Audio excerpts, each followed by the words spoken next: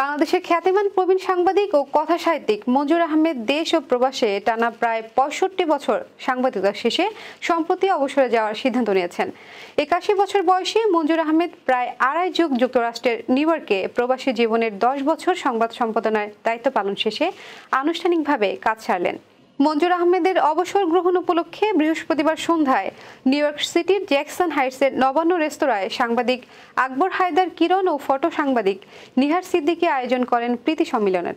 অনুষ্ঠানের মূল উদ্দেশ্য ছিল মঞ্জুর আহমেদ ও রেখা আহমেদ দম্পতির অসাধারণ দাম্পত্য জীবনের গল্প জানা।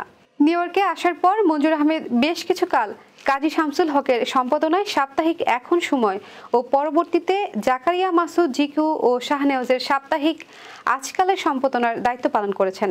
সর্বশেষ তিনি সাপ্তাহিক আজকালের প্রধান সম্পাদকের দায়িত্ব পালন করেছিলেন। অনুষ্ঠানে মঞ্জুর আহমেদ ও রেখা আহমেদ দম্পতিকে ফুলের শুভেচ্ছা জানানো হয়।